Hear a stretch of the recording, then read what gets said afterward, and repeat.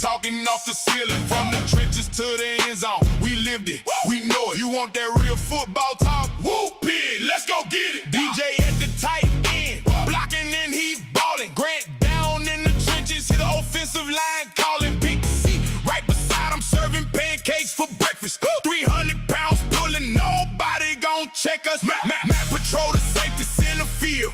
He ready, pick your quarterback off for your offense even needed. And Josh split out wide, burning corners for the 6. Now we bring it to your screen every morning, we don't miss. Morning Huddle, that's the Hogs, we don't sleep on the hill. Knowledge of the game, we earned it every rep, every drill. So get up, call them with us. Big swing. This the Morning Huddle, baby. Razorbacks, let's move. All right, it's time to move. Let's do this thing. Welcome in, everybody, to 4th and 5 here on your Trivia Thursday morning. Let's go. We're almost to the weekend. It's going to be a great show. Let's go ahead and take a look at what's on the playbook for you here today. Plane tickets, what are we talking about, DJ? Well, it's going to get a player in trouble. I'm talking less than $500. 2-game suspension. We're going to go ahead and break down those details. And tomorrow, too, we're going to head to the Bahamas, talk a little basketball. And what's the grace period for a new head coach? How much time are we going to give before we rather have an issue or not? And today is a fun national day. National Cheesecake Day here on 4th and 5. Good morning, everyone. And here we go. Let's see it. What do we got? 4-person show? No, we got 2 here in the morning. What is going on? You weren't ready for that, huh, Josh? You thought it was going to be all 4. So Josh can't see it until I opened it up. What'd you say? I say, you know what? I just try to show up on time, DJ. That's what I try to do, baby. I'll say this. I've been waking up, and I open up the system, and I've been seeing your shot there. It's in the dark, but I still see it, and I appreciate that. Now, I've got a new flow. You want to know my new flow? I just watched your flow. I saw it happen backstage because I'm not going to lie, about 30 seconds before the open, I was just like, I see Josh's shot, but I don't see Josh. But then I saw a light come on, then another one, hat went on, sit down, ready to go. All right, so I like it. We're rocking and rolling. Big Z texted us, 20 minutes ago? Like I said, he has a very weird schedule. Sometimes he thinks he can pull it off to where he works all night, gets home, and literally hops on this computer and then does a show. And we're just like, Big Z, we appreciate the effort, but go home and get some sleep, big dog. We have him on his days off, all right? So he's been trying to double time, and I'm like, Big Z, you're not getting paid. Like, go home, go to sleep. What are we doing? Lock it in, all right? But he likes hanging out with us, having a good time. Now, Grant, on the other end, we may have to do a welfare check. Did you see his text message? He sent a text message. Grant did? Yeah. He's having what I like to call technical difficulty. Okay. Oh, I see it. I'm sorry. Look, we got photo evidence. He's at his computer as we speak, and it's saying no internet. I tell you, oh, there he is, and he pops up as soon as we talk about him. Look at that. What's up, Grant? How does he just pop up like that? Isn't that How wild? does he have the authority to bump me out? Well, it depends. So the way that I have it set up, so the 2-shot I have set up, this is funny. I have all of y'all in it, but I have in order the person that I think most likely is going to be there. All right. So that's how it stacks. All right. So whenever somebody joins, the person in order will stack, automatically take over. So welcome to the show. Sorry we are with the technical difficulties. So we're all good. We're all good this morning. And we had a great night last night, Josh. We had a great Grant hopped on last night with viewer comments. We were giving away money. We were playing trivia. Now, viewer comments, as I always say, is supposed to be about people asking me about football, but it turns into people just wanting to win some money, which I'm all for. All right, so we had a great trivia night last night.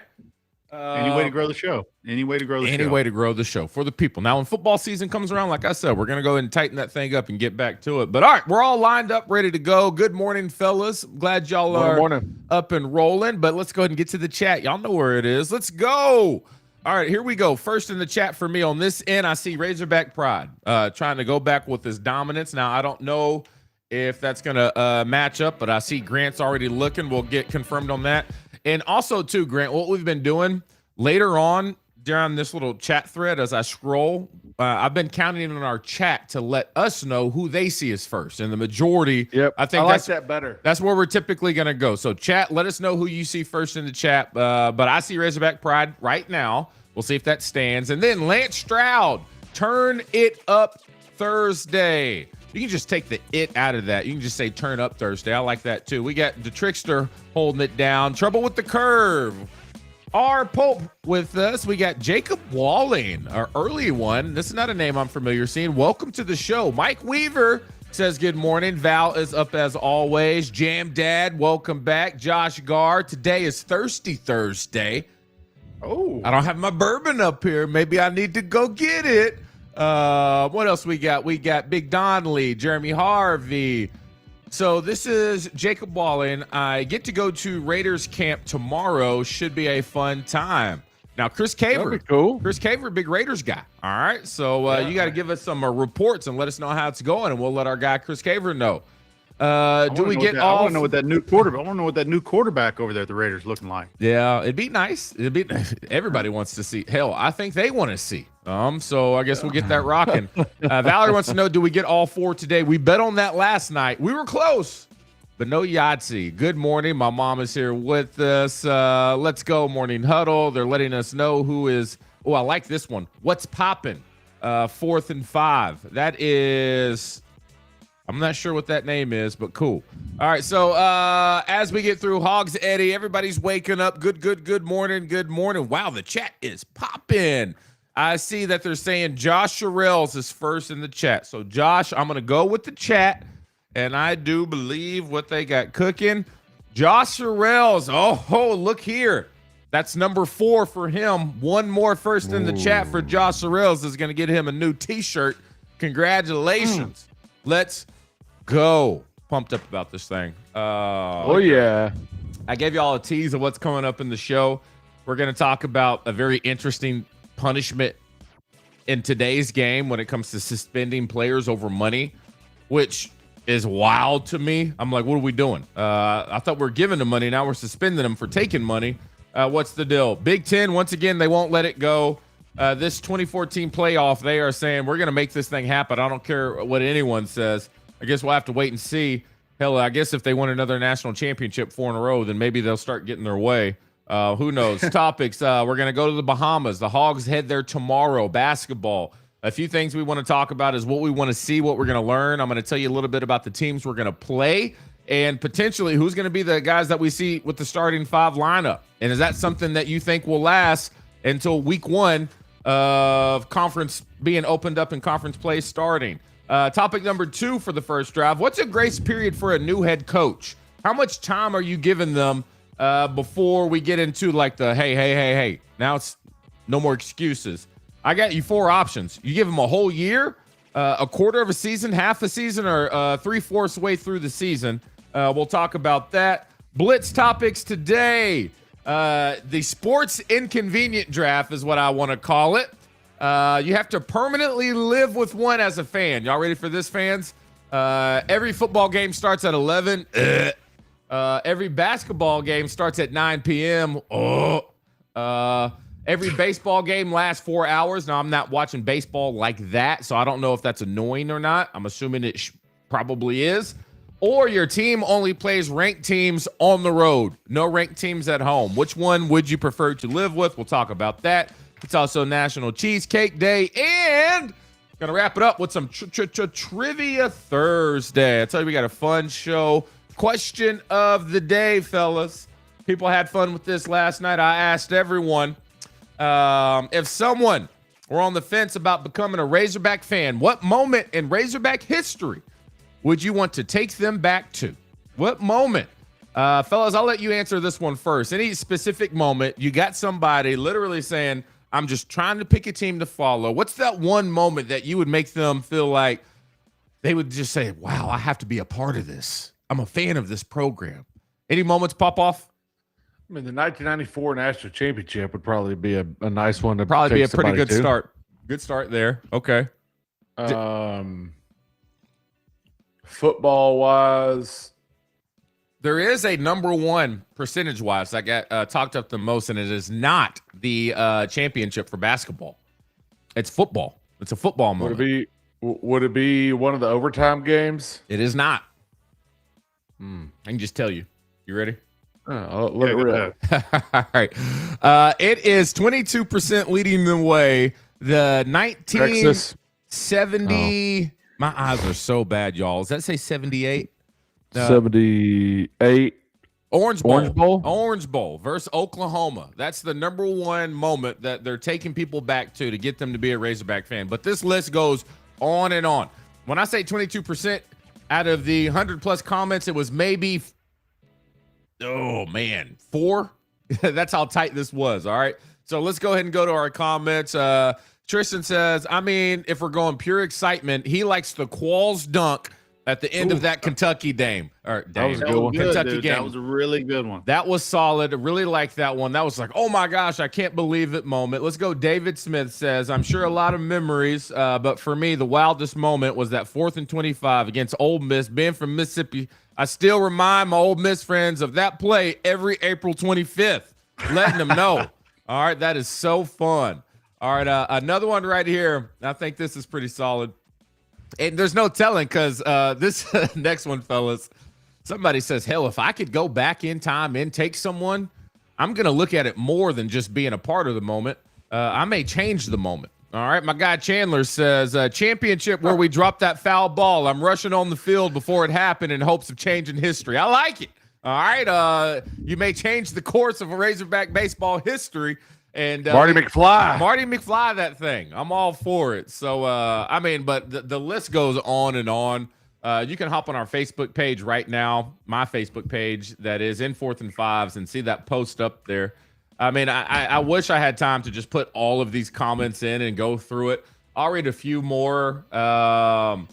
We got Sean Foster, the 1994 Hoops team, wants that national championship. Dr. Ameson, our professor up there on the hill, said that 1999 Retribution game with Clint Sterner. All right, goalpost being knocked down. I found out the other day we took our little wiener dog into the vet the other day, and my vet, Dr. Barron, after we got the attention that Dax needed, he asked me the question that everyone asked me: "Hey, how you think we're going to do in football this year?" I'm like, "Okay, here we go." But then he started getting into how he's a big Razorback fan, and he says his number one Razorback moment was this game. He was at this game, all right? And then he said not only was he at this game, he ran onto the field, and he's ducking and dodging. And I would say Dr. Barron isn't the biggest guy. He's what some people call, a short king, but he's super cool. You know what I mean? All right, he's real good shape, all right? But he was running around, ducking and dodging. And he says, man, I didn't realize how big. I thought he was going to say an offensive lineman, defensive lineman, just the players in general. He says, I didn't know how goalposts were. Yeah, I didn't know how big Coach Nutt was. I was like, oh yeah, he's a pretty solid big dude, right? And he says, because I'm running and Coach Nutt's in pure excitement, and he turns and just grabs me. He wraps me with both arms and picks me up, and he's swinging me back and forth, just celebrating like, yeah. I was just like, wow. Do you got proof of that? Apparently, it was on TV, and I'm working on some proof. I think that'd be really cool. If that's the case, I'm going to still shot that, and I'm going to get Coach Nutt to sign that for Dr. Barron over there at the vet in exchange for free vet bills from here on out. All right. So, have you told him the last part of the deal yet? I haven't told him that yet, but I'm going to get the autograph picture first, put it in a frame, and then I'm going to let's talk about this first. All right. He's probably going to say, you can keep the picture. Hang it in your office. Yeah. No, I'm going to get it signed by Coach Nutt. I wouldn't do that. I like my vet. Hopefully it'll be a sponsor one day. Maybe we'll do that. All right, y'all. More questions or comments coming in from, here we go. Eric Walther, he wants the miracle on Markham 2002. He was 14. My dad decided he had enough and walked out right before that Matt Jones 50-yard pass. Shame. Okay, it's all good. My dad waited for me right outside the gate. Walther stayed in. I like that, Professor. I watched 31-yard touchdown to Corey Birmingham. Young Eric Walther hugged random strangers, and Razorback fan was born. That's pretty special right there. Speaking of Professor Walther, he made a comment the other day, what we said about sprinting. Josh, I don't think you were here. We showed for our prospect of the week a couple older gentlemen racing at a baseball game, one of them pulling their hamstring. And I said, I can't remember the last time I went on a full-out sprint. I feel like I'm too old for that in fear of getting hurt. I'm sure you feel the same way. Grant said he feels the same way, open and all the way up. Professor Walther said, I was listening to what y'all were saying, and he said, maybe I'm built different, but he still plays his flag football, his intramural football. And he says, I'm running out there with college kids, and I'm running full speed, and I'm not getting hurt at all. And he says, I'm built different. And I said, you know what? I'm going to bring that up, Eric. And he says, oh, yeah, but not in a good way. Typically, the people who are most susceptible of pulling their hamstring are people who are fast. All right. And so, Eric, I don't think you're just moving fast enough to actually pull your hamstring. All right. So that could be what that is. I'm not sure. That's just what I've heard. All right. That is what it is. Maybe you're in great shape. Who knows? 6'7", out there still balling. All right, y'all. He might be nimble, flexible. Might be doing the proper warming. You know what? I do remember him being actually pretty flexible. He is pretty limber. He is pretty limber. All right, here we go. In case you missed it, let's head up to Northwest Arkansas. Friends, Parlay on 8, the spot to be. Looking for a really cool spot to get some great food. The flatbread's awesome. Personal pizza's even better. I don't know if it's even better. I think they're all the same. The tenders, crispy, great flavor. Dip them in whatever you want. Great foods, great drinks as well. They got happy hour. I believe they have nights too. Follow them on social media. They got trivia nights. They have different theme nights. So if you're looking for something awesome, fun to do up there in Northwest Arkansas, head on up to Bentonville, the 8th Street Market. Parlay on 8th is the place to be. So, all right, there you go. Let's get into it. You can reserve your spots at parlayon8th.com. All right, first, in case you missed the topic, $247 getting somebody a 2-game suspension. This is interesting. No surprise if this story happened 5 years ago, then I'm like, oh yeah, this is really bad news. But in today's game, So this Tennessee linebacker we're looking at, this is Arian Carter, that is. He is reportedly been suspended for the first 2 games of the season. This dude's pretty good baller over there at Tennessee. All right. This is over an NFL agent paying for a $227 flight after Carter declared for the NFL draft before ultimately returning to Tennessee. Now, I'm not sure how far he got into this draft process. Did he go to pro day? Did he do the combine? All that stuff. I don't know. All right. But this is very interesting. Schools can distribute millions of dollars to athletes. NIL money is everywhere. Lawmakers are debating another multi-million dollar retention pool of over $20 million. But we're going to suspend this guy for a $427 plane ticket. Yeah, because it's not name, image, or likeness. He was just receiving money from an agent. It's still against the rules. See what I'm saying, fellas? Back in the day. Yeah, no, I get back in the day. This loophole, though, is so stupid because half of these, I would say, declare to the NFL and come back. No, I would say 90%. If anyone has any common sense, and the people in the front office, the NCAA, on the team programs, they all know that there's only a handful of guys on that team that actually benefit off of name, image, likeness. The rest of it is legit pay for play. All right. But like I said, they can frame it for whatever. And I'm surprised they haven't figured out a way to phrase this as name, image, like it. I think if you get creative enough, you could probably find out a way. But very bizarre with the punishment here, in my opinion. Here's where my mind goes with that. Okay, so if you're good enough to go to the NFL, then you're probably good enough to earn some serious NIL money at college from Tennessee. Yeah. So what happened to all your money already that your agent's having to spot you $400 for a plane flight? That's another good point. See, back in the day, very true. If Grant or DJ were preparing for the NFL, they hadn't made a dime. Yeah. The NCAA tried to make them quit their waiting table job at the local restaurant because they didn't want them to take money. So they ain't got any money going into the draft. So the day that their final football game ends, all of a sudden the agent is now saying, look, DJ Grant, I believe in you.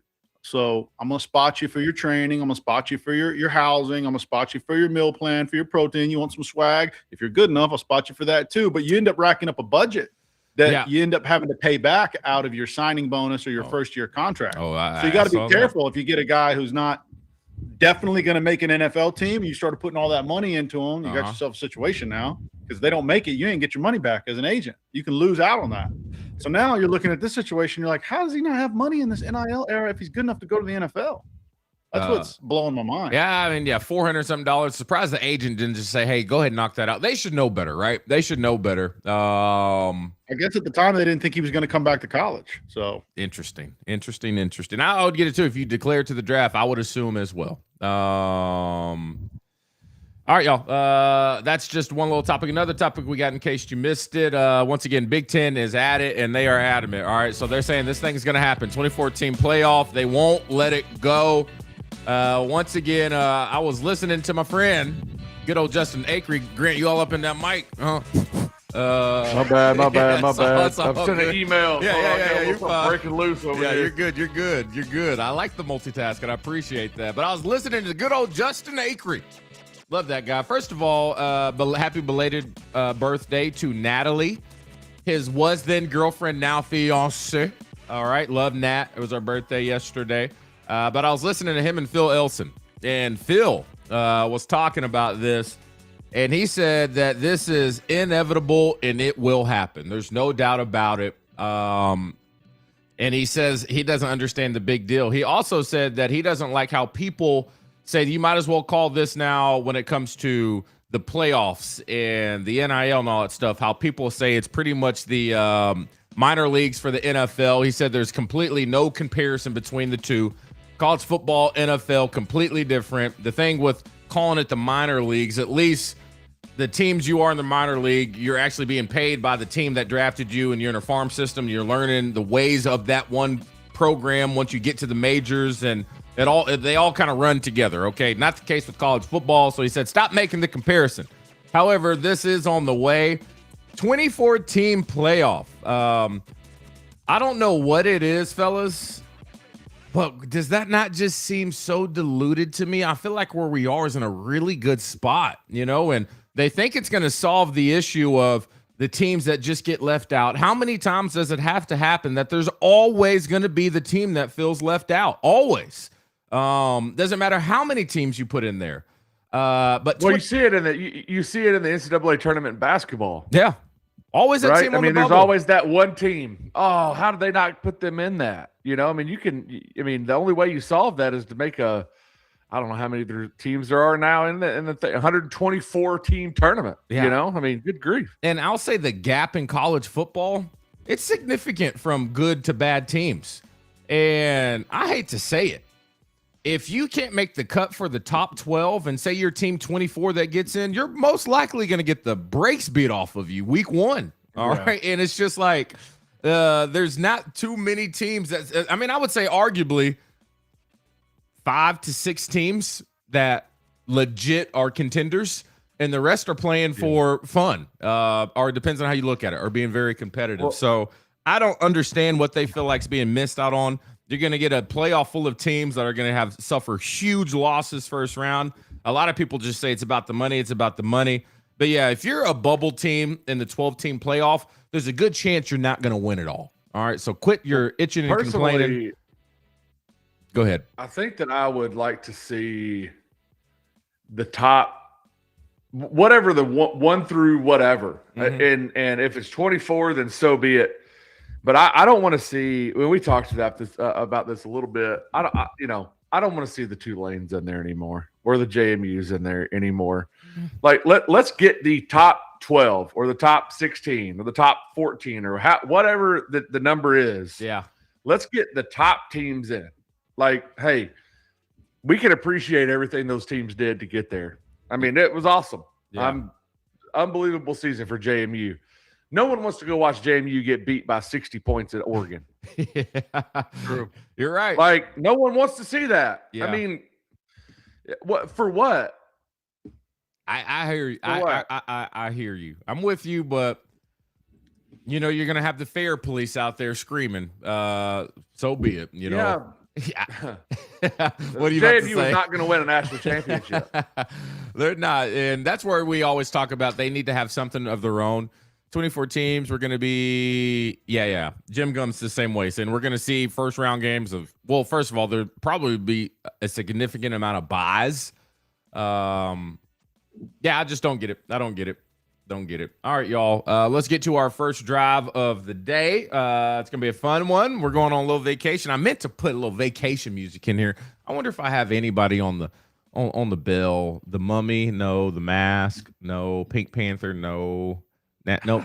These are all from movie school. I don't have anything in here that fits Bahamas. Law and Order, no. Well, we're just gonna stick to what we got going right now. All right, y'all. Let's get into the first drive, and this one's for you, Big Z.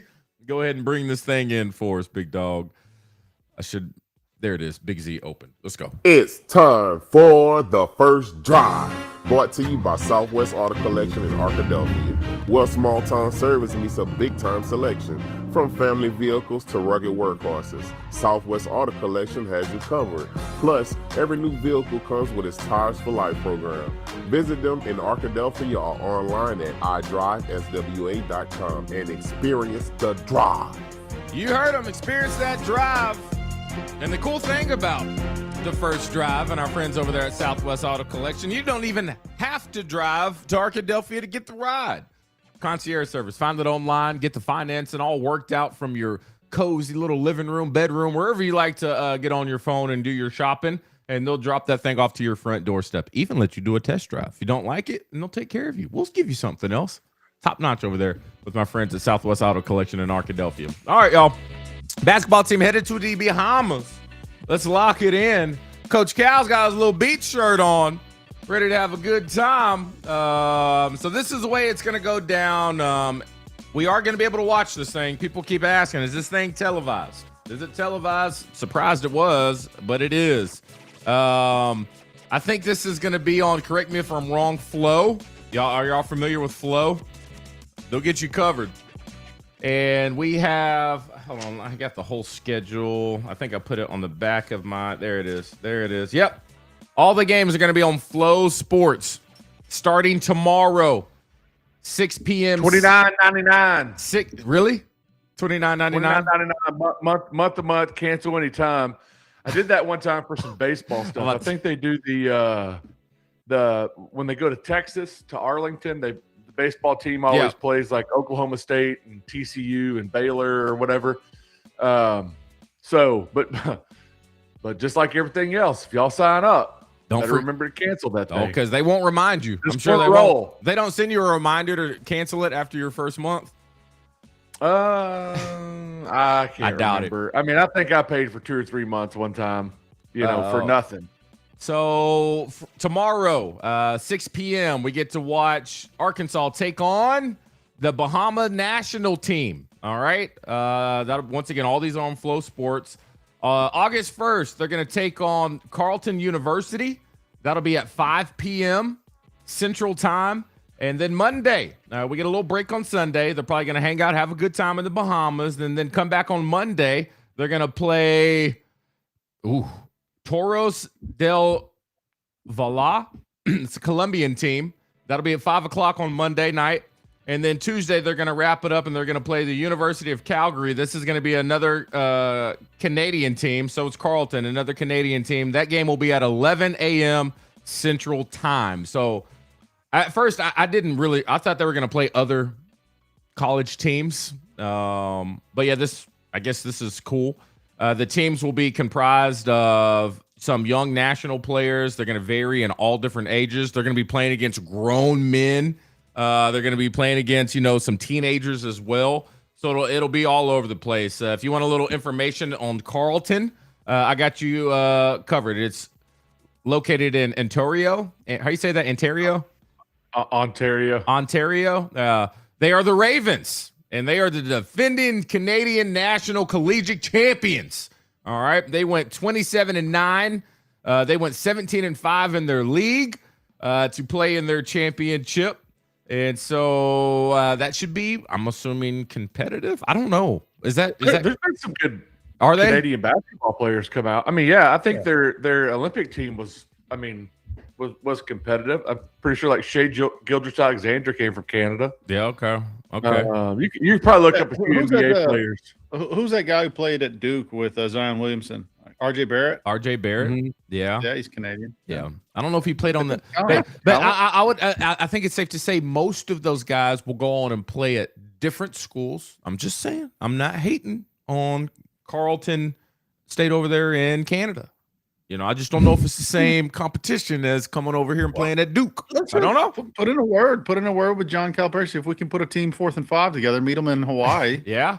Give Do a little coverage. Give a little 5-on-5 run down the court. I mean, I feel like you put Grant in the middle, put him in the paint. He's at least going to get some good rebounds. I'm boxing out, dude. I'm boxing out. Effort guy. DJ, I'll feed you the ball. Y'all stop. Y'all don't want any piece of that. Dude, Joe Klein, listen, I got a hook shot. I got a hook shot at 37 years old that's automatic, dude. I shot so many hook shots after practice, both hands. I got a drop step and a hook shot. I'm finding the glass. Yeah, you need at least, I don't know, can you get about 8 inches off that jump foot for that hook? Oh, yeah. I got 8 inches. Yeah, I don't know, man. I've seen JJ Andrews in person. Because you always see these guys on the court with other people their size, and you don't realize how big they are. JJ Andrews is a dude, y'all. And he's still growing, and he's strong too. And they got a lot of these freshmen up there that are in that same boat. That'll be the interesting thing. Who's going to start? And he may mix stuff up. I wouldn't put too much weight on this tournament. That's another question we're going to ask. But let's talk about a couple more of these teams. The Toros del Valle, hopefully I'm saying that right, the Colombian professional team. They play in the Liga W play. I'm not sure. The premier professional basketball league in Colombia. They won the 2026 title this past June, taking down 2-time defending champions. I don't know how to pronounce that name either. In the best of 5 championship series. So, I mean, they're playing against some people who like to play some ball. All right. But the other thing is this is going to be a big focus on Arkansas. But you know what we do as fans? How much weight are you putting in the performance when you watch this on Flow TV? If this team is, dominant and they run through it, win by 40 every single game, and it just seems like it's easy to them, great team chemistry, is everyone saying, oh, yep, for sure, national championship this year? Or if they struggle, they don't know how to work together very well, are we going to start saying, we need more experience out there? I think they're just too young. How much weight do you put on games like this? What we're going to do is if we win each game by 40 or 50, we're going to win a national championship. If we don't, then like early. It's really early. Okay. Yeah. You know how it goes. We got a lot of grace in basketball right now. A lot of grace, especially tournaments and it is like early. This. I wouldn't put a whole lot in this. I think this is just a Cal thing of like, hey, we are allowed to go do this. And a lot of these kids have been used to playing basketball like 24/7, 365 anyway. This is like this reminds me of like a college AAU tournament. Like that's what they've been doing anyways. And they're probably, it's more fun. And this, it's more fun to go play against somebody in a different colored jersey than it is scrimmage each other. Mm-hmm. And so I feel like this is just, hey, let's go get some games under our belt that are actually quote unquote mean something versus you flipping your jersey over to the white and you flipping your jersey to the red and us playing each other. Yeah. Yeah. And we've seen some. Go ahead. I was going to say, I think that you've got a lot of new guys on this team. What's his name that came from Georgia? Jeremiah Wilkinson. He was pretty darn good at 2 schools. This is the thing about the transfer portal is I think he started, can't remember where he started, but he ends up at Georgia. 1 year, 1 team, 1 year Georgia. Now he's here with us. He's brand new. You've got a lot of guys that haven't played together that need this trip. And I had a quote earlier. Let me pull it back up from John Calipari. He said, with Billy Richmond being the only player back from our program with significant experience, we felt like we needed this trip to build chemistry on and off the court. So you got him. You got a new big guy down low. You've got a couple new incoming freshmen that are straight out of high school. You got to start somewhere, start letting these guys hoop together and play somebody else besides themselves. Yeah. Build a little bit of chemistry before you get off into the real season. And that's where it gets real interesting in basketball. Like, who's your leader? I think it's safe to say our leader last year was Darius Acuff. It helps when the leader is the best player. And Billy coming back is great. The experience that he has, the veteran leadership. Do you think as the season goes on, because I'm assuming one of these freshmen, they're going to start separating themselves quite a bit. You got, when we start talking about some of the best in all of high school basketball coming to the University of Arkansas, like Darius Acuff did, like Malik Thomas did, they start separating themselves.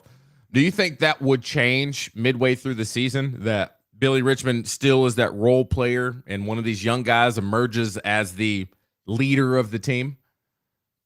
Yeah, I think you got different types of leaders. I think Billy is the type of leader that's probably a little bit more quiet and shows you by example, shows you by the way that he plays, shows you by having poise in during the timeout on the side of the court, having poise in those big moments, getting all the young guys ready. Like that's the type of leader that Billy is, coming up when it matters, but running down, leader on the court, there's going to have to be a guy that steps in. You got the Georgia kid who, again, scored 17 points a game, has played in the SEC. He's been around for a little bit. That's kind of who I'm thinking is going to step in out the gate.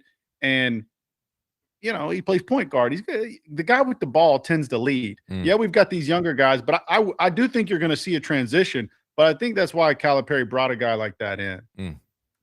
I think that it's probably Billy's the kind of guy that's like, he's the experienced guy, and so is the guy from Georgia.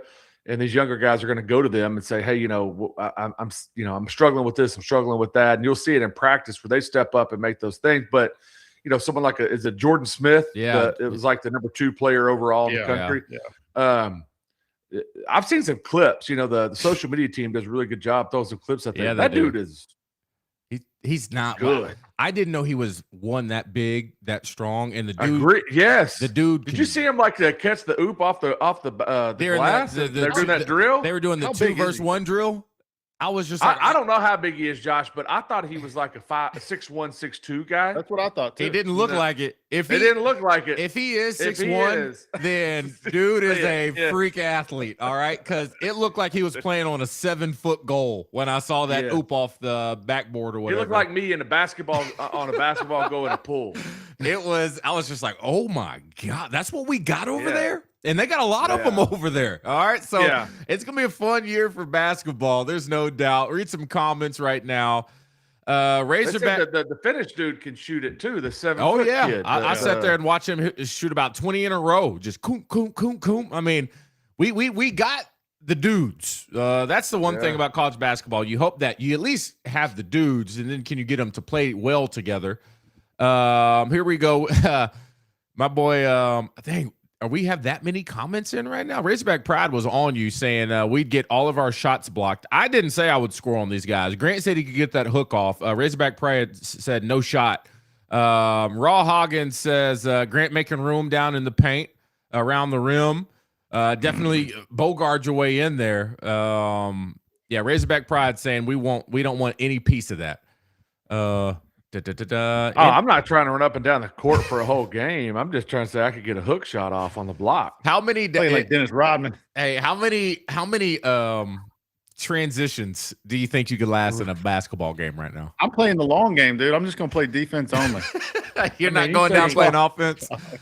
A fast-paced game. Man. How many transitions? I remember Trent, my neighbor. He was a high school basketball coach, and he says, "Hey, can you come run fives with my kids? I'm trying to get them against some older, stronger people." And I played pickup at the athletic club at the time. So I said, yeah, that's fine. High school, different. I was like, I forgot how much they run. These dudes are running full speed. Nobody's jogging. I did this real quick. I was like, I need a breather. So I'm just curious about how many transitions you think you got in you. Real quick. Start fouling. I started playing a lot of defense too. I don't know, man. Like actual quality performance. Yes. Not many. Woo. Be tough out there. 4 or 5. We're going to get to a point at 4th and 5 when we're going to start being able to do this, like the old timers 7-on-7 league presented by 4th and 5. We're going to have a basketball game, presented by 4th and 5. Grant, we're going to be there. All right. And we're going to have Ortho. I'll be on the mic. No, we're going to have Ortho Arkansas right there ready to take care of us when we go down. All right. So we'll be ready to go. I'm going to be running. I'll run the scores table. All right, y'all. Next topic. Let's transition to football. What's a realistic grace period for a new head coach? This doesn't just have to be at Arkansas, but it's hard not to make it about Arkansas. All right. So going into this year, Coach Silverfield, I think we've seen this play out a lot with new head coaches. We give them time. Some people say you got to give them a whole year before you start being concerned or giving criticism. Give them time to get their people in and get adjusted. Some people say in today's age with the NIL, the portal, that grace period is shrinking by the week. And so what do we think? Chat, I'll let you know is, wow, 3 years for a grace period? Now, I think that's a little aggressive, 325. If you give somebody 3 years to get it figured out, I feel like that's aggressive in today's game. I used to be a whole season. I think we can start getting a little less than that. I don't know if that's asking too much. No, dude. I think it depends on some stuff. It does depend because there's a lot of I guess it depends on what you're looking for. Is it just wins or is it something else? So what goes into your mind, fellas, when it comes to today's age, football, giving a grace period for a head coach? How much time are you giving them? And what specifically, I guess, would you say is success or not success? Go ahead, Josh. I think that as far as a grace period goes, I'm going to give you a grace period on the SEC games this year. I'm not giving you grace on non-SEC games. I want to see those, won. The SEC games, on the other hand, it's year one. I don't care that it's the transfer portal era where you're rebuilding your teams every year almost anyways. It's still offenses that, every single guy on this roster is having to learn brand new offense. Every single guy on this roster is having to learn a brand new defense. It's a whole new coaching staff.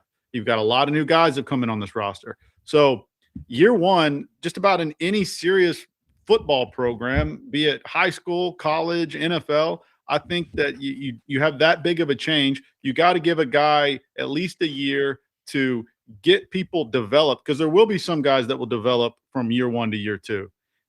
But what I'm not giving grace on, and I like to separate this, is the effort and the coaching decisions, right? That's got to be sound, because a coaching decision in a mid-game situation is something that is not going to change, year to year. You don't need more time to develop. You've been coaching for a long time. So I want to see our coaching decisions in game situations be, that is somebody who's poised and can put your team in a better position to win a game. And then effort, that you got to have that identity. You got to be playing every single down, and we can lose that way. And I can go, yeah, but I can see where this could go year two. Let's read a couple comments first, and Grant, I'll get to you. Some people saying 3 years, some people saying 2. Josh Rails 2, Mike Weaver saying 2. Heartbroken Hog says 3 years is crazy. He says 1 year in modern college football. Mike Weaver says 1 year to rebuild, year 2 settle in, and then it's go time, year 3. So giving them 2 years, and then it's rocking and rolling. Chris Caver says by November, year 1. And then this is an interesting one. Heartbroken Hog says this is 2026, not 2016. It doesn't take multiple years to get your guys. This team already has 80 new players. This is, wow, we got comments coming in. This is already Ryan Silverfield's team. And so it is a little bit different in today's college football. But Grant, what do you think about this? So I think and I'll just say, I think I'm a 1 year guy. And I say that because it depends on a few things. I hear what people are saying. If, in modern college football, it doesn't take time to get the guys you want. Well, it does if you're not in the top of the NIL. So if I'm going to throw like comparisons out there, I think that Lane Kiffin should be successful immediately because he can go pay for the guys that he wants to have out there. Yeah. Arkansas is not in the top of the NIL. So Ryan Silverfield had to go find some diamonds in the rough and work a little bit harder to try to find the guys that, he thinks are going to fit in his system. And so, I think for him, it's a 1 year thing. I like what Josh said about SEC versus non-SEC. I mean, obviously, I don't think that there's a grace period when it comes to playing non-SEC teams, unless you're talking about some of these teams that are in the top of the country. Obviously, Utah perennially has been really good, going through the same thing we are, and the coaching changes, and there's going to be some swap around there. So I think it'll be an interesting game. But I think that you've got a 1 year grace period in my mind to lay that foundation. But in year 2, if this is going to be a successful relationship, I think we've got to start to see some progression from where we were, which is not a difficult thing from a 2-10 season. But I don't think that you can just say, well, in today's day and age, you can just go get all the best players to put them on your team. Sure, you can, but it takes the money to go do that. And that's why I say, like at LSU, when Lane Kiffin, I think the number was like 40 million or whatever the number was that he had in his budget for NIL, then he needs to go be successful, because that's in the top. That's got to be in the top 10, top 5 100%. of NIL money. Yeah. So there's really no excuse for him. He should be able to create a team and put the players on the field with that kind of cash. And to Grant's point, even though you expect more success out of Lane Kiffin year 1, because of the NIL situation. Yeah, we don't expect them to be struggling. We expect them to have success. You still, because football, you expect more success year 2 out of Lane Kiffin. Yeah. Still a good season year 1, but even more success year 2. I don't think that if they don't get a national championship this year, that all of a sudden he's on the hot seat. I think that if they're extremely competitive, college football playoff, whatever, or top of the SEC and barely miss the college football playoff, then everybody's going to expect them going into year 2 to be a national championship contender. Yeah. It's still a similar situation, even with superior NIL. I'll give my 2 cents here in just a second. We got a super chat coming in from the Chris Caver. I may need help breaking this one down, fellas. What are we saying here? Chris Caver, thanks for the super chat. Am I reading this right? Or am I pair character stretching his arm forward, raising his thumb up? I think he sent an emoji and it gave you the description. Oh, okay. Yeah. Oh, funny, dude. Yeah. Okay, yeah. I don't know if you can send emojis on here, or you just typed out the emoji. I love it. Thanks for the super chat. I was like, what is that? I didn't know what was happening. You're the man, Chris. I was trying to picture that in my head. Good call, Josh. I think that's exactly what that. Here we go. Love that hat, Josh. Got one last week. Look at this. I love it. Wish I had a 4th and 5. We can't put that Razorback on there. That's when we start getting some trouble. All right, here we go. Jerry Aldridge reading some comments right now. Used to be 5 years, now with the executive order about to kick in August 1st, grace period 3 years. Interesting. 2 games, Jeremy Harvey says. We need more 2 games of a grace period. Jeez. A lot of people will feel that way. They will feel that way. So I guess where I'm at, I think, I used to give it I'm a year guy. I am a year guy, but it depends. I think this can be broken down into different sections. I think you got halfway through the season to get into the flow of getting these guys real game experience, how they play together with live. Your quarterback hasn't been live all off season. KJ doesn't know what it's like to operate in this offense live and actually get hit at all. AJ does just a bit, but it's been a while. You got all these guys, all these moving parts, the conditioning, the transition from offense to defense, unexpected turnovers, all that stuff. You should get that out of your system, in my opinion, if you're a well-coached team for the first year, at least halfway throughout the season. So that's where it's kind of broken down. That's what I would be looking for halfway. If I'm looking at it as the first quarter of the season, things that I expect to see, once again, coaching decisions, grace period small on that one, because still you're all adjusting, new players, new environment, new everything. Everything's different. Getting settled in as a new coaching staff, even though you got experience elsewhere. So you don't have a lot of time, a grace period to get those things figured out. 3/4 through the season. If you're a lot like last year, if you're a team that's always in it, but can't figure out a way to finish the game, especially with self-inflicted wounds week in and week out, I feel like in today's age, with how we're paying players, there's not a lot of grace for that. So I'm going to do 3/4 through the season. So for me, I kind of got it chopped up in different type of scenarios of like, okay, you got this much time to get that stuff figured out. By this point, y'all should go ahead and get moving forward, because the reality is, fellas, year one for a new head coach typically means getting the new players adjusted. 80 new players. I mean, that's something that's happening a lot for a lot of teams, is you're essentially having a new team almost every year. Now, next year, there will be retention. He will keep some guys, and that will help to build on. You got some of the guys coming over from Memphis. And so I think ultimately, though, I think you got a year of a grace period, and then results for sure need to start coming in by year two. If not, then in today's age, you should feel a little frustration. And this is the thing too. This isn't a knock on any new head coach. I think they all know that signing up. Now, we've had conversations with Coach Ryan Silverfield. He says, I know why I'm here, and I understand the frustrations, and I know I got a job to do. And he has been in the game long enough to know it's all about results. So this ain't nothing new for them. So for me, the grace period extends. You got a year to get this stuff ultimately all figured out. Year two, let's trap this thing up and go. Let's start seeing the expectations go up a bit, even with as much roster turnover as we have.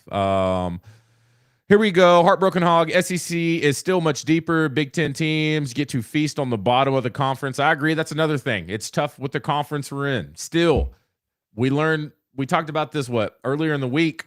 We can't use that excuse forever. The SEC is going to be tough every single year. I mean, it's extremely tough for us this year.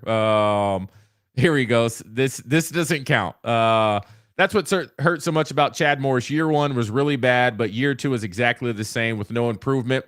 The other thing with Chad Morris, he lost those gimme games. Oh yeah, no, I didn't just lose them. Oh, those were tough. The punt return, the fake punt return where first of all, I was still pissed at that play. And I still, to this day, don't blame Arkansas players on that game, on that play where, he didn't fair catch it, but he acted like he did. And Arkansas was just embarrassed on national TV, and everybody talked about, did y'all see that play? I don't blame one player on the Arkansas field for that game. I blame who were we playing? Was that Rice? I can't remember. North Texas. North Texas. I blame the North Texas coaching staff, because they took advantage of a rule that's in place to protect players. Hey, make it seem like you had a fair catch and maybe they won't hit you. That rule is in place to protect people who fair punt, and they took advantage of it.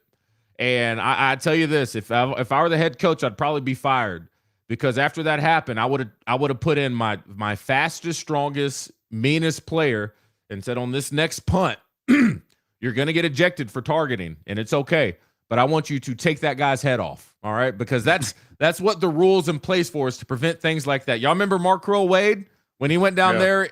I need another one of those situations times two. I'd probably be fired as a head coach, but I still get pissed about that play. Definitely fined for intentionally trying to hurt a player. Yeah, I might be fired. I don't know. Yeah. I would have to be real tight with the player I send down there. Be like, hey, you can't tell them I told you to do this. All right, you're just gonna have to take this on the team, and we'll figure it out later. God, that's pissed me off. Y'all, let's get to our competition. Don't forget, it's Trivia Thursday coming up. Y'all pick right now. Who do you want to represent you in today's Blitz period? We got some good topics. Decent birthday day. Trivia's rocking and rolling. You want Grant or Wade? Wade. I'm sorry. I'm reading Markwell Wade in the chat right now. Chris Caver, yeah, that was at Vandy. We're all hoping that would have happened, DJ. So, y'all are with me, right? Y'all are with me. That was such BS that they took advantage of that rule. Just like that one quarterback that did that fake slide and then ran for a touchdown. That's what I was about to say. Kenny Pickett? Pickett? No, Pickett. They should have called him down right there. You took advantage of a rule that's in place to protect you. And I think you do now. I think if you fake that, maybe it's a penalty, actually. Should be. All right, here we go. Morning Huddle 45. We'll go Grant. All right. And Josh, you got this morning. He put it in twice. He actually spelled the name wrong. Let's go Jay Armstrong. Josh. All right. Let's get to the Blitz. It's now time for the Blitz, presented by Arthur, Arkansas.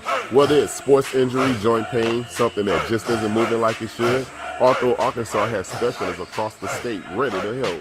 With 10 locations and extended orthopedic urgent care hours, you can get expert care when and where you need it. Learn more at arthurarkansas.com. All right, now, let's bring the pressure. It's time for the Blitz. Never gets old. Never gets old. Good old Ortho, Arkansas. All right, y'all, let's lock it in. Great topics today. We know who we're playing for. Everybody can play at home as well. Don't forget, you also have a chance to represent yourself today in Trivia Thursday. And they're all Razorback questions. I made them all Razorback questions. So if you win that one, that's an automatic name in there. All right. All right. First up, first topic of the day, fellas. All right. You permanently have to live without one or live with one. All right. So you as a fan, which one of these are you taking? This will be a fun one because we know how much we hate all these. But if you had to select one, from here on out, every football game starts at 11. Every basketball game starts at 9 p.m. Every baseball game lasts 4 hours. Or your team only plays ranked games on the road. So no exciting home games. No exciting. Change this up. Oh, I changed it up. You like that, huh? You were going to pick that one. I made it a little bit more spicy. All right? Yeah. The one he sent to us was your team only plays road games on holiday. See, that I thought that was I thought I could live with that opposed to the other ones, but no. You enjoy it's great. And with my family, we're enjoying our holiday. We can turn on the Razorback game. No, I didn't make it that easy for you, Josh. I'm talking no exciting look forward to games at home. All right. Yeah, so, I got to reassess all my opinions now within 2 seconds. All right, y'all, let's lock it in. Grant, you're on the clock first. Your time starts now. Okay, so I think I'm probably 11 a.m. games. They're fine occasionally, but man, every single game that would be brutal. And also during the week, on the Wednesday, Thursday game, whatever game it, the middle of the week game, 9 p.m. Oh, it's a killer. Brutal. That's close to bedtime. Yeah. Can't watch that one. Every baseball game lasts 4 hours. I feel like they almost last 4 hours anyway. Yeah, I don't know. So this one's kind of the cop-out for me. I think I'm taking C because if you have no top 25 teams on your home schedule, especially when you're a good football team, that would be so boring. It would be like playing in the Big Ten. Yeah. So I think for me, nice. I think I'm going C. I'm going C. All right, he's going C. All right, Josh, you're on the clock and your time starts now. Well, I'm definitely not picking that our team plays another ranked opponent for every ranked opponent is an away game. I don't want that. Only part of that. The 11 a.m. football games, fellas, like I hate them, honestly, because I got to get down to Fayetteville and then get set up with DJ and Grant. And all of a sudden, we get the thing. Then the game starts, and I'm late in the game. And then, like, no one's out there tailgating. At least last year, they really weren't out there a lot tailgating by that time. The tailgates were kind of weak. I'm a midday game type guy.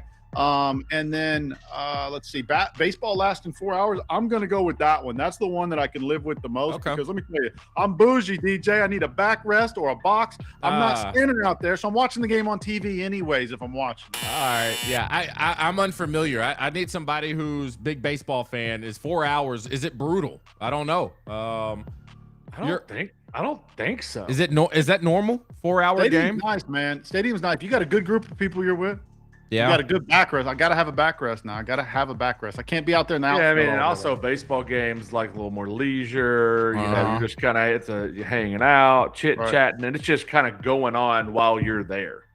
Now, I also can't be down third base row catching foul balls to the face in the sunlight. Can't do that either. So you got to have me. You got to have that net. Get behind that net. Yeah. You're right. I don't mind 11 a.m. games.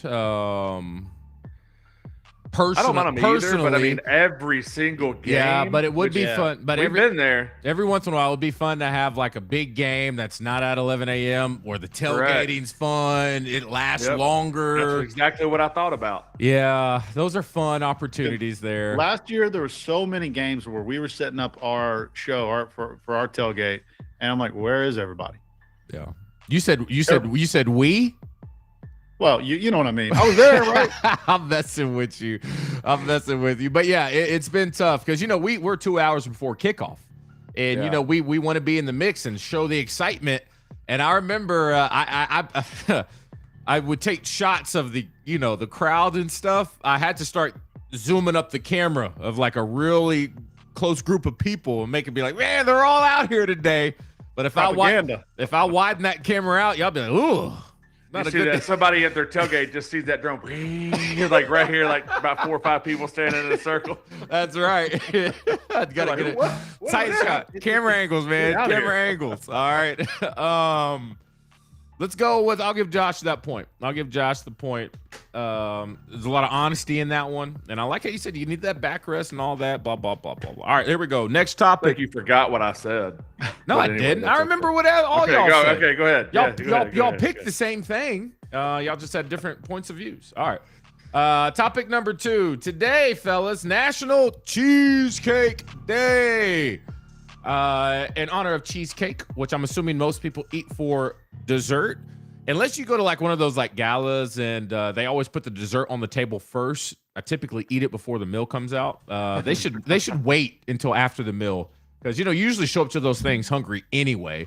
Anyway, National Cheesecake Day, fellas. In honor of dessert, I need you to rank your top 3 desserts. Let's start with the least best all the way up to your first best. Josh, you're on the clock. Your time starts now. My least best to my first best. Well, they're all best, so don't hate me for this, but I'm gonna go with just a good old fashioned chocolate brownie straight out the oven. Ooh. Cut perfectly. Don't got to get up out of the seat. You're back in the day, man. Your mom brings it to you on a plate. She says, "Here you go. Okay. Here you go, honey. I just made my mama's special brownies." You're like, yes, thank you. Wow, I love those. Yeah. Then you know what? I'm gonna have to go with pecan pie, brother. Oh man, pecan pie for number 2. Love pecan pie with a scoop of vanilla ice cream. Yeah, perfect. Yeah. And then finally, the best of all of them, hot, fresh out the oven, chocolate chip cookie. That's what I want. At first, I was just like, you don't even have to get out of your seat. And I was like, what the hell are you talking about? But you're right. There's something special when they bring it to you. What kind of special brownies are there? Yeah. What do you got in there? Yeah. Brownies, man. I had you right, huh? All right, here we go. Grant, you're on the clock. Time starts now. All right, man. I'm going to go 3-2-1, but you can just put them wherever you want. Number 3. All right. I'm going with some sort of cobbler. You fill in the blank, man. I like blackberry or blueberry cobbler. Okay. I like it with a scoop of ice cream. Throw it up on top. It melts down. Kind of gets all gooey right there at the end. It just turns into whatever kind of cobbler you had. Ice cream. Oh man. Yeah. Number 2, pecan pie. Yeah. And it's a universal, man. You can have that in the summertime. You can have it at Thanksgiving. It does not matter. But number 1 for me is going to be a good banana pudding. Oh! With the little vanilla wafers in there, down at the bottom, lining the whole thing, up on top. Come on now. I love a good banana pudding. Grant got that one. Grant got that one. Licking the spoon. He's like, hey, can I have the bowl? Can I have the bowl when you're done? When those little wafers they're like a little bit crunchy, but a little bit soft. Hey, no free ads, but Sassy's has some pretty good banana pudding over there. They got some good banana pudding. Point goes to Grant. Somebody says, I'm learning a lot about Josh today. He's really into sitting. You talk about you want to sit at the baseball game. You don't even want to get up to get your own brownie. I might be the old man eventually that's got that single recliner chair. You get the indention where my head's at. Yeah. I don't get up very often. Yeah, that's it. It's your spot. It's your spot. It might be me. Al said Vanessa makes a great banana pudding. Vanessa does make a great banana pudding. I give her that. Vanessa. I give her that. Let's figure this out. Hook it up. All right, y'all. Let's lock it in. Time for a little trivia Thursday. Let me go ahead and get this screen up and rolling for y'all. Don't forget, you can play at home. If you end up beating Grant or Josh, both of them, then you automatically get your name into the hat. All right, so let's go ahead and get this thing going. The code to know what another good one is? What's that? My bad. I'm still on dessert. No, you're good. What you got? What you got? I'm listening. A tres leches cake. Oh yeah, if it's done right. I've seen some people mess up on those. You got to get that one that's got that all 3 because you got sweet condensed milk, regular milk, and forgot what the third one is. But that pool of liquid down in the bottom of the pan. Yeah. Soaking it up. Golly, man, those are so good. When did you get so fancy, man? All That right. ain't fancy, man. It's just a nice Hispanic treat. All right. A lot of y'all, I can see y'all already. I see y'all already know how to play. My man. So if you want to play and have a chance to represent yourself, if this is your first time watching, all you have to do is open up your phone, okay? Go to crowdparty.app. You don't have to download anything, okay? Once you're at crowdparty.app, all you have to do is put in the code 40503, and then you're automatically entered to win the game. This is probably the most we've had playing on the morning show. We had over 20 people playing last night, Josh. It was fun. All right, 12 people are in right now. This is going to be Razorback trivia. Sometimes we go all over the place, but all these are Razorback questions, all right? So let's lock it in.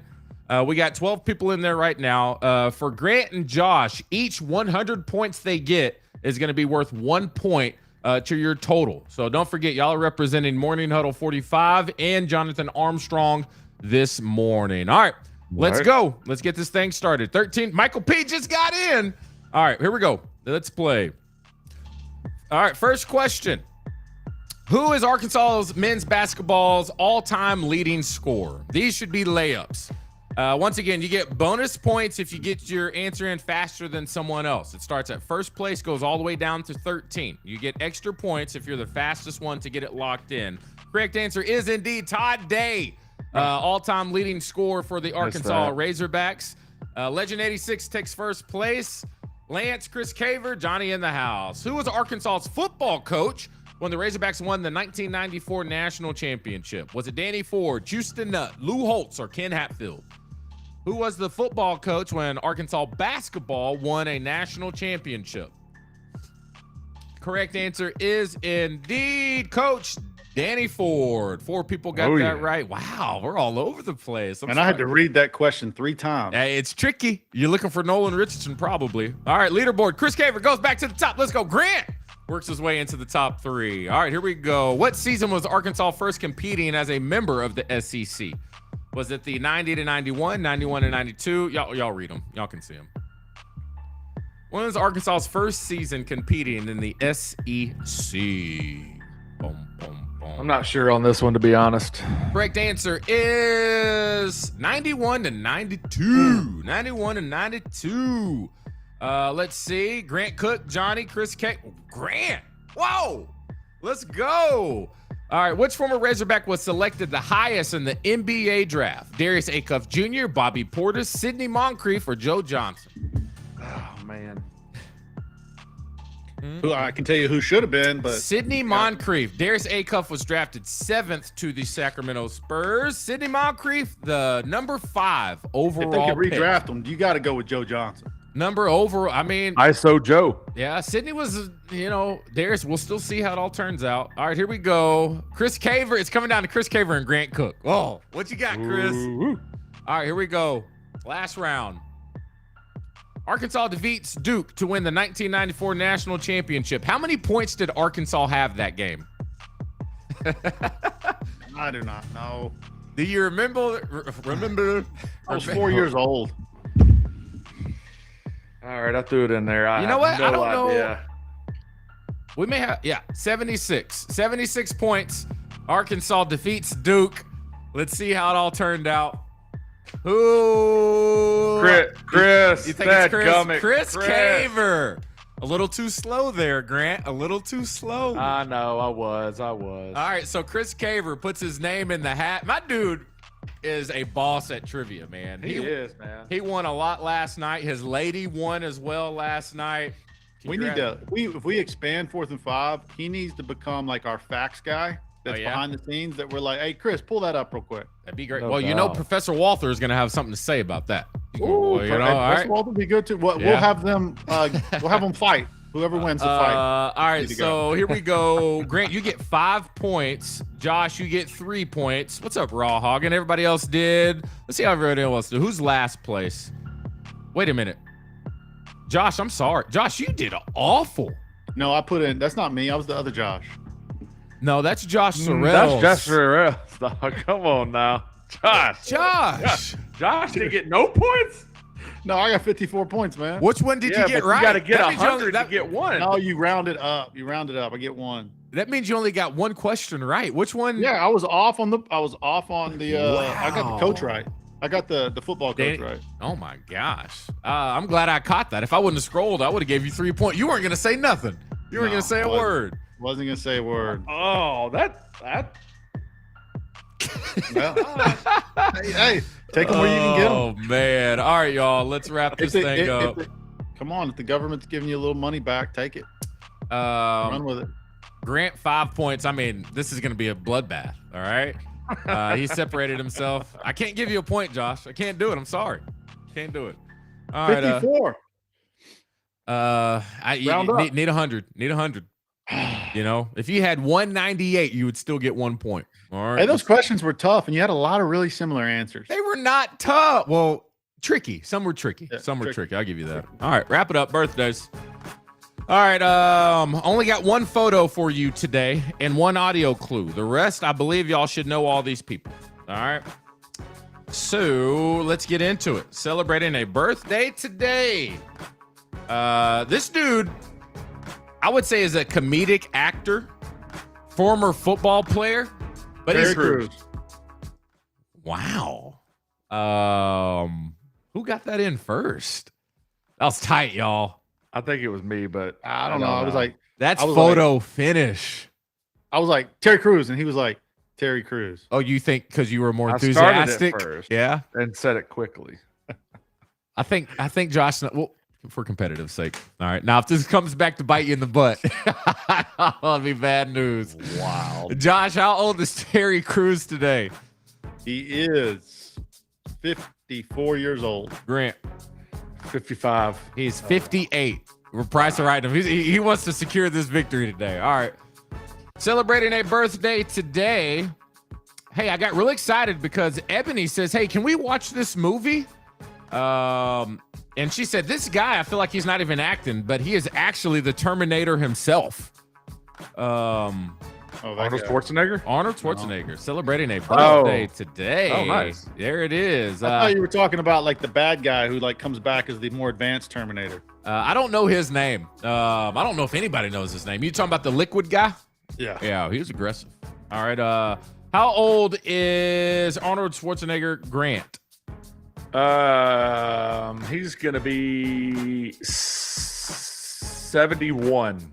73. He is 79 today. 79 today. All right, here we go. Wow. Celebrating a birthday today. This dude right here, it seems like he just can't miss. Seems like he can't miss. Steph Curry. When it comes to directing films, he just had Michael Bay. He had another. You like the Michael Bay movies, huh? You like all the Transformers and the good endings. I can't think of his name. He Michael just Bay directed a movie. Yeah, he has a lot of lens flares too, Michael Bay. I know that. Yeah, he, like I said, directed probably some of my favorite movies, if not all of my favorite movies. Christopher Nolan. Who said that? Me. All right, there we go. Christopher Nolan celebrating a birthday today. How old is Christopher Nolan, Josh? Ooh. He's got to be 57. Grant? 56. He is 56 today. 56 today. There we go. Getting out of hand. Oh, Josh, I forgot. We retracted a double-digit loss that you had. We gave Grant 2 extra points and we shouldn't have. All right. So now, I've seen that happen a couple times. I didn't want to say anything. I want to be that guy, but I've seen that happen. All right, celebrating a birthday today. This boxer portrayed on screen. You got to keep your hands up at all times. You got to keep your hands up at all time and protect yourself at all times because you never know when you're going to get sucker punched. Floyd Mayweather. She was a female boxer. Hillary Swank. Hillary Swank. There it is. Grant picked up what I'm putting down. Well, remember baby. Remember when Floyd Mayweather sucker punched that guy after they came out of that awkward little, Hey, I'll say I'm okay with that guy getting hit the way that he did because he was headbutting like on purpose. I'd knock his punk ass. I mean, yeah, whatever. Anyway, how old is Hillary Swank today, Josh? I mean, sorry, Grant. 57. Josh. I think she's 55. 52. Keeping it below double digit. All right, this guy, if you come across him, wearing all leather and sunglasses, and he asks you, do you want to take the red pill or the blue pill? Which one you taking? I'm curious. Do you want to be woken up or do you want to stay naive? He's also starring alongside Keanu Reeves and John Wick series as well. Yep. Cannot think of his name. He was confused for Samuel L. Jackson on a Super Bowl commercial. And Lawrence something. And Samuel Lawrence Fishburne. Lawrence Fishburne. That is right. That report. Oh, you laid it up, Josh. You laid it up. I know. I just wanted to make sure people knew I knew who he was. I knew you were probably going to lay it out. Do you remember that reporter that was interviewing Samuel L. Jackson saying, you were great. I loved you in The Matrix. He said, The Matrix? He said, all black people don't look alike. That reporter was sweating after that. You could tell he was struggling, bouncing back. Oh, yeah. How old is Lawrence Fishburne today, Josh? He's got to be 71. Grant? I was going to say 72 before we started this, but I'll say 73. 65. 65. Oh, wow. 65. Sorry, Lawrence. What is this? All right. Celebrating a birthday today. All right, we're gonna go back. This will be a good get. I'm gonna be curious if y'all get this. I'll tell you who is celebrating a birthday. I didn't know if y'all would know, but do y'all know the girl who played Gypsy Rose? Her name. Say, I didn't think you would. Ebony said, "Oh my gosh, they would know that." I can't remember her name. Anyway, never even heard of whatever. I don't even know what that is. You've never heard of Gypsy Rose? Nope. I'd never heard of it either. An actor or an actress, like where she portrayed a character?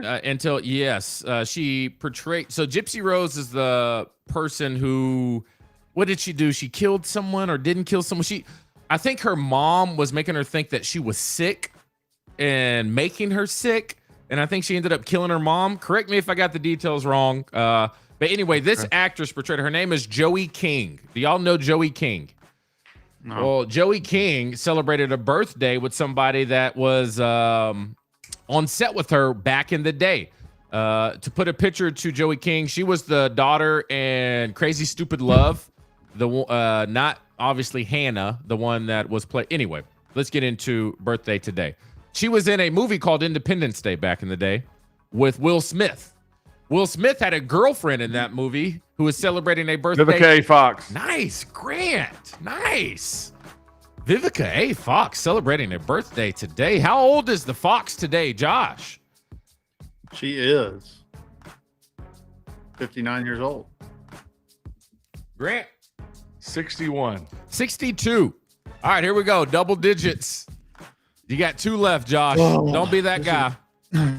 We got a photo clue. Do y'all know who Lisa Kudrow is? No. Yes, she played in Friends. Point Grant. Okay, there it is. I didn't think y'all would get that. Yeah, plays Phoebe. I was going to give you a photo clue. Never mind. God, this is not even close. Audio clue. Josh, you need this one to stay alive. Actually, how old is Lisa Kudrow today? I'm assuming you don't know who that is, Josh. This is her. Yeah, I know she is. 63. Grant goes 63. And she's 63. God. Are you going to get 20 points? I don't know if we've ever had anybody get 20. Whoa! Audio clue. Name the artist of this song. This song became popular once again because of a hit Netflix show. And a song from the 80s. Who sings this song?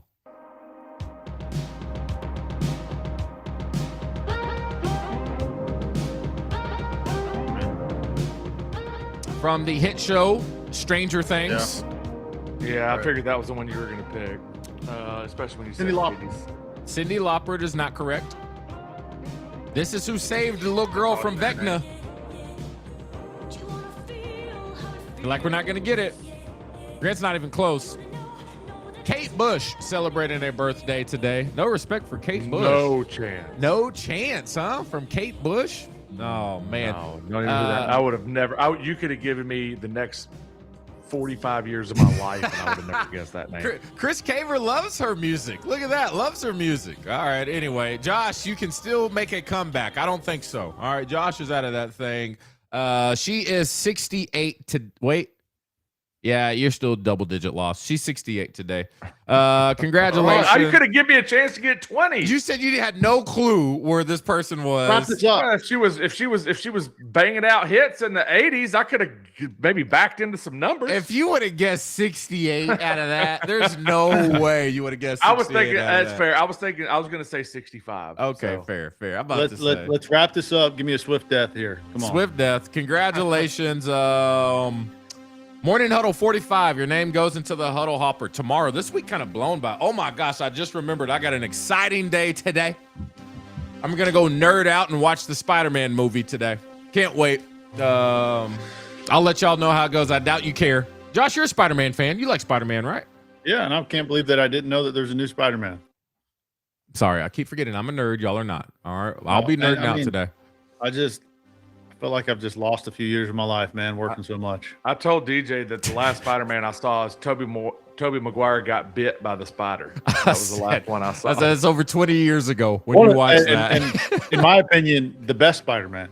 Yeah, that's what they say. This will be a good one. I'm excited about it. They think it'll break. I mean, right now, The Odyssey is crushing it in the box office. #1 movie by far. As far as money it's made. It just beat out Obsession. Have y'all seen Obsession? It's an interesting movie. Very interesting movie. Grant, you said you got time to watch stuff. Watch Obsession. It's fascinating. Okay. I haven't been to the movies in probably 2.5 years. To the actual movie theater. What makes Obsession so, I guess, highly touted? The budget was extremely low, and it's, I think, a college guy who put this thing together on almost no money. And this thing racked up over $400 million in the box office. Actually, pretty good movie too. DJ, yeah, I think that as much as you like the movies and as well known as you are down there in Central Arkansas, I think that you could put together like a really boutique theater. I saw this on I feel Instagram. like they have those already. But go ahead, I'm listening. But somebody was watching the Odyssey and they were kicked back and more like bed style recliner thing. Yeah. There was mist that was getting sprayed up, foggy mist that was sprayed up. The seats would move. It was almost like you were at Disney World watching the movie. Yeah, there was you're talking about those 4XD theaters. Yeah, I think you need to put one of those in. I did look into it to watch the Odyssey. There's only 20 in America. All right. And so they're the actual full IMAX. Anyway. Great job today. Who won? Morning Huddle 45. Name in the hat. Chris Caver, your name is in the hat as well. Friday show tomorrow, movie scores, the whole shebang. And also give Grant some show suggestions. His family is out of town. It's him holding it down solo dolo. He called me yesterday saying, hey, I want to start a series. Where should I go? I suggested, what did I suggest? I'll Find You. I'll Find You. I think that'll be a good place to start. But if y'all have any more for Grant, go ahead and let him know in the chat, and he can read those a little bit later in the day. All right, we're about to wrap this thing up. Don't forget, your mic's about to be hot. Valerie really likes the open for the end, so that's what we're going to start doing to end the show. I'm DJ Williams. That's Josh Throne and Grant Cook. Y'all have a great day. Thanks so much for watching 4th and 5, the Morning Huddle. Whoa, Pete! It's the Morning Huddle. Y'all ready? Let's ride! Morning Huddle. Turn it up, the halls are in the building. 5X, Razorbacks, yeah, we talking off the ceiling. From the trenches to the end zone, we lived it, we know it. You want that real football talk? Whoop it, let's go get it. DJ at the tight end, blocking and he's balling. Grant down in the trenches, hit the offensive line, calling Big C. Right beside him, serving pancakes for breakfast. 300 pounds pulling, nobody gon' check us. Matt patrol the safety center field. You ready? Pick your quarterback off for your offense even needed. And Josh split out wide, burning corners for the 6. Now we bring it to your screen every morning. We don't miss Morning Huddle. That's the Hogs. We don't sleep on the hill. Knowledge of the game, we earned it every rep, every drill. So get up, call them with us.